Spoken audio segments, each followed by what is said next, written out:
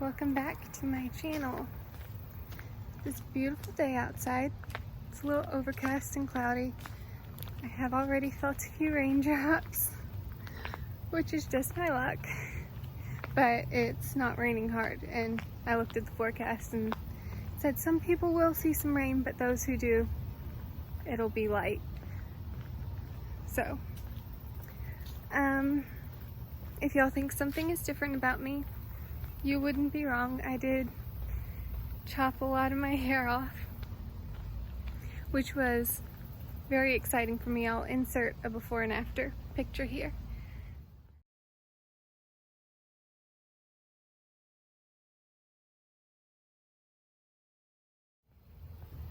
I hadn't gotten my hair cut in a really long time, because about the time it would have been for me to get it cut again, everything shut down.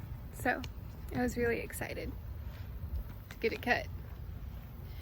So last time I told y'all about the year 2018, which brings me to 2019. I had the G-tube for a little while, I guess about a year, and it took me that whole year to get all of my weight. I may not have had all of it back, but I at least had most of it back by that point. And I don't think really much happened in 2019. I was volunteering with children, as I had mentioned in my first video that I sometimes do that. And yeah, that summer, I want to say we went to Florida to visit my dad's family, but I'm not 100% sure on that. We probably did though. Actually, we did go to Florida. It was my parents' 25th wedding anniversary, so we went on a cruise. So we went to Florida. My mom and I went early, and we went to what is called DM Day, and that stands for Dystrophia Myotonic Day. DM is the abbreviation for Myotonic Dystrophy. So my mom and I went early to do that, and then later my dad and sister flew in to Florida, where my grandfather and the rest of my dad's family live, and we went on a cruise. This was very nervous for me. I had been on a cruise before, but it had been a very long time, and the time before I had felt a little seasick, and I hadn't been on a cruise since I was diagnosed with myotonic dystrophy and had all these breathing issues, and I was so concerned, like, what if we're on the cruise and I go into respiratory distress? What do I do? And my mom was very good about comforting me and telling me it'll be okay, they can airlift you if they really have to. So we went on the cruise. I'll insert a photo here.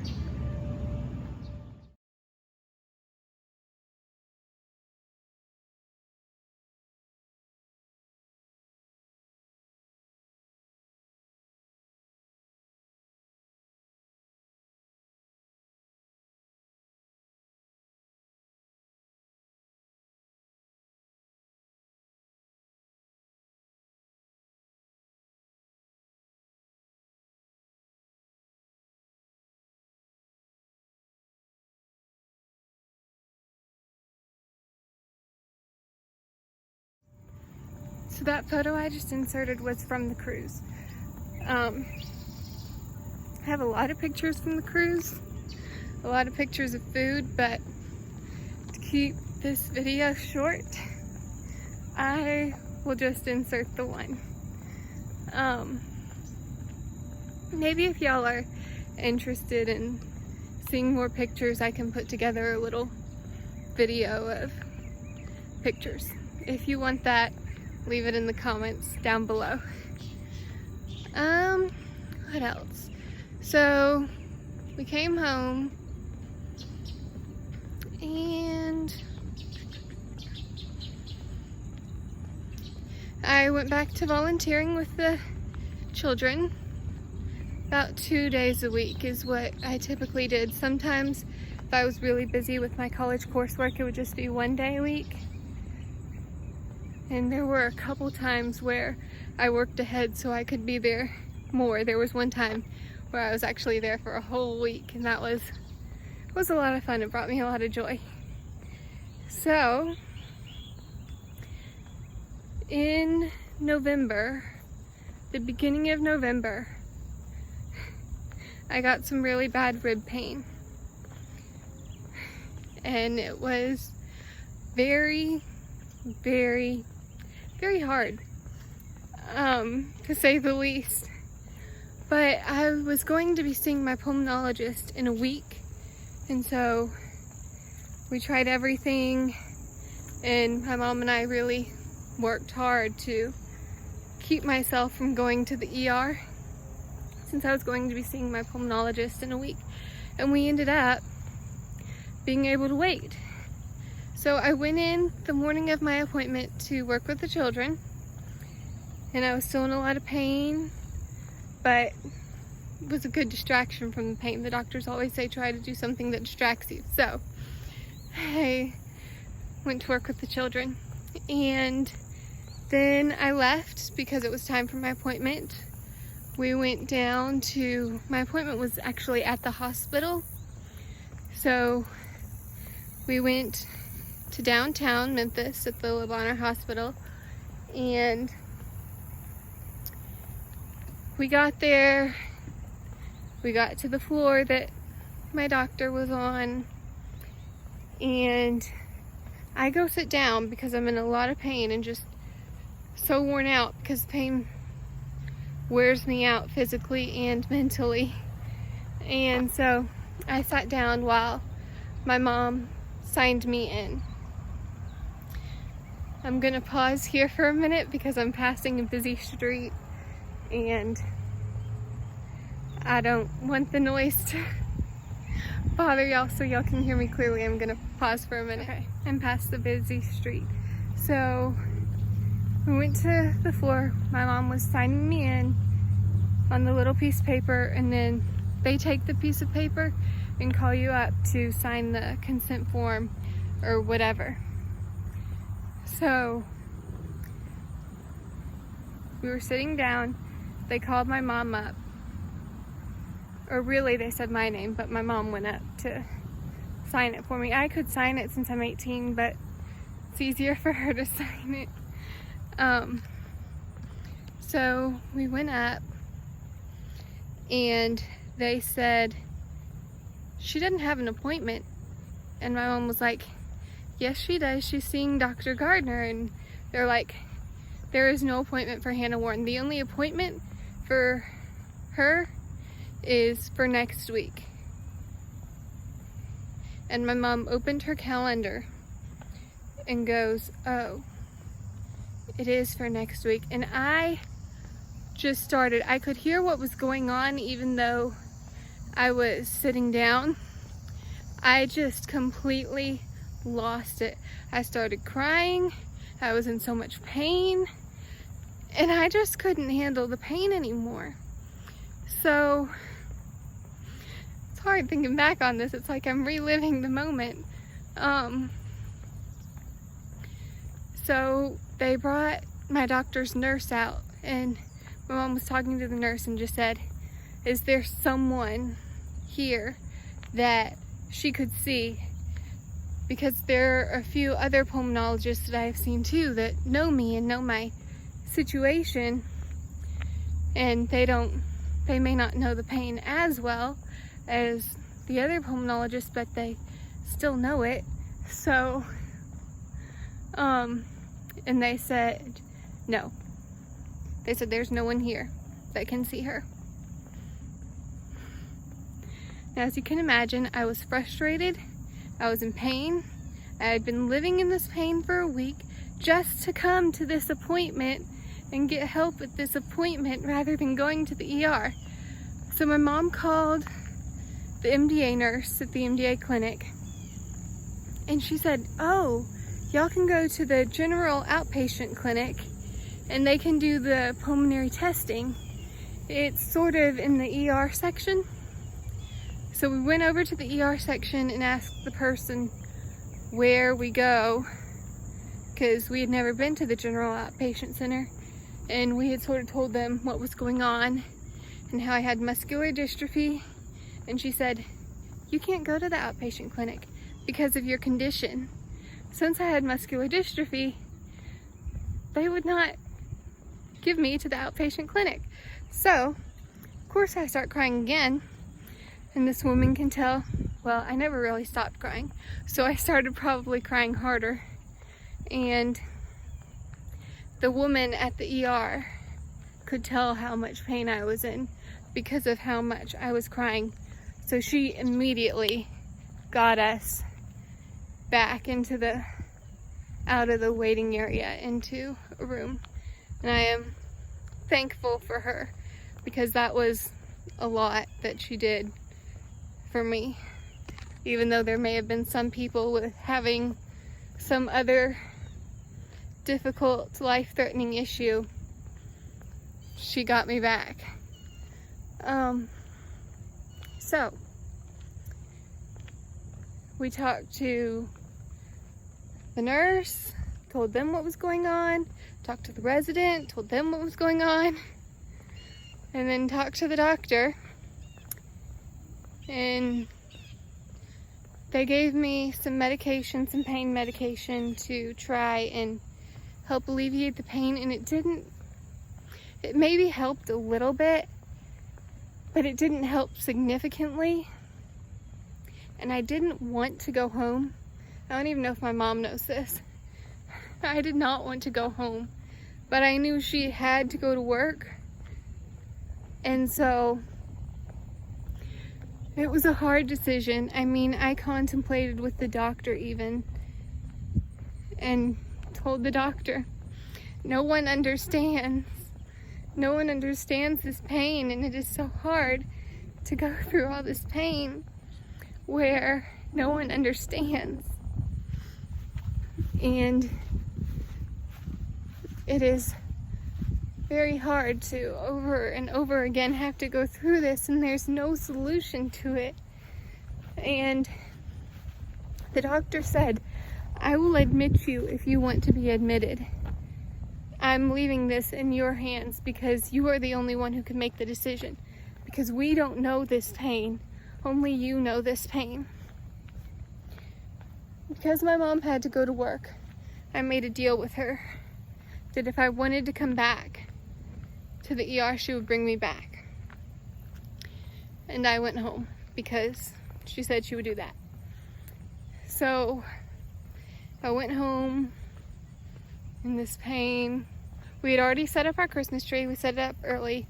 Mom did that because I was not feeling great and she thought it would cheer me up. And it did. I did my schoolwork next to the Christmas tree. And I slept a lot. They sent me home with pain medication, which makes me sleepy, and they wanted me to take it around the clock. I think it was an every 6-hour medication, so I would have to wake myself up in the night, take it, then go back to sleep. It was hard to fall asleep anyways with the pain. So at this time was when someone actually asked me to start a YouTube channel. So here I am.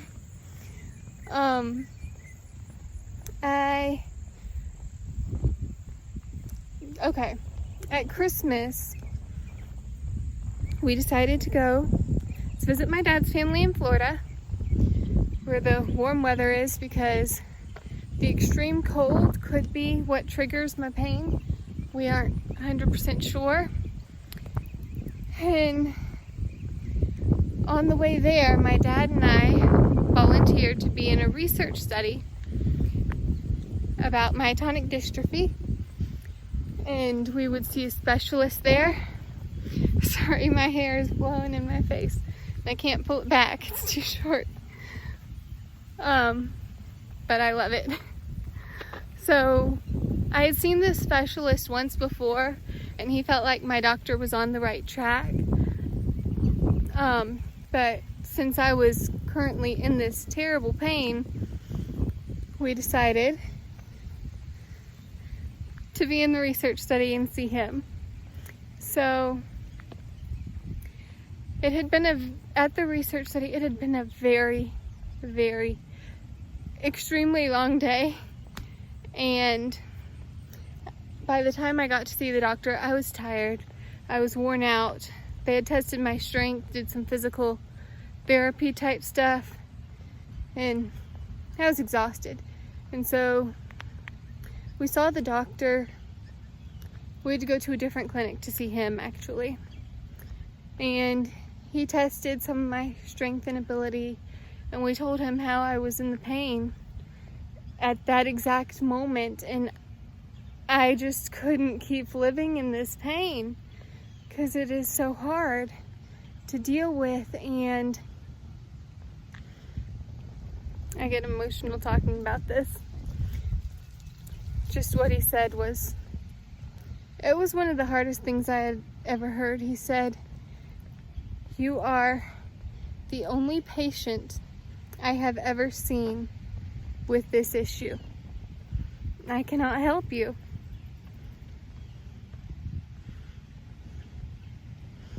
It was a gut-wrenching moment, because at that point it was like, what am I going to do? I cannot keep going like this. I mean, I'm still in this pain at this moment. I mean, it's not as bad. It's lessened up because I've gotten used to it. But probably this winter it'll get bad again. And I might have to go to the hospital again. I don't exactly love being in the hospital. I don't exactly love being on a lot of medications, but I don't exactly have a choice. So we went down to a little bit further south to where my dad's family is and spent Christmas with them, and it was good to be with family and just have fun. And I was talking to my cousin one day. She and I are really close. We're exactly a year and a day apart. And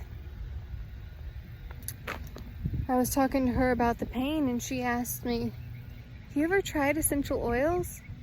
And I was like, "I use them in a diffuser." And she was like, "No, on the pain." And I was like, "Putting essential oils on my skin, on the pain?" She was like, "Yeah." And I was like, "No." And she was like, "You should try this peppermint oil that I have." And I tried it, and it was like first thing that has ever helped lessen the pain.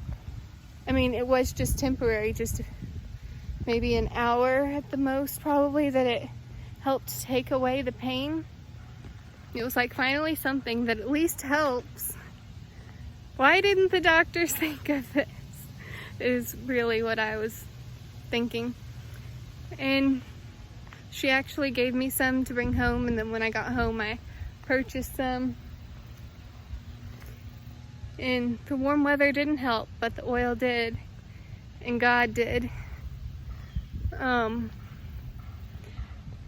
So that's basically 2019 in a nutshell. Pretty much. Sorry, this video is really long. I feel like it's one of my longer ones because it wasn't a lot that happened, but it was a lot, if you know what I mean. So thank you guys for watching this video. I'm sorry it was more of an emotional one. If you like this video, please be sure to give it a thumbs up. Leave a comment down in the description below if you have any questions or comments or other ways that I might be able to help with the pain. Be sure to hit the red subscribe button somewhere down here and hit the bell next to it, and you can get notifications whenever I post a new video, so y'all won't ever miss one. I still haven't figured out a schedule yet. But yeah, thank you guys again so much for watching. Today's piece of encouragement is from Deuteronomy, It says, of all the people on the earth, the Lord your God has chosen you to be his own special treasure. We are not perfect, and even though I have muscular dystrophy, God still calls me his special treasure, and he calls you his special treasure. No matter what you've done, no matter what you've been through, you're special. See you guys next time. Bye.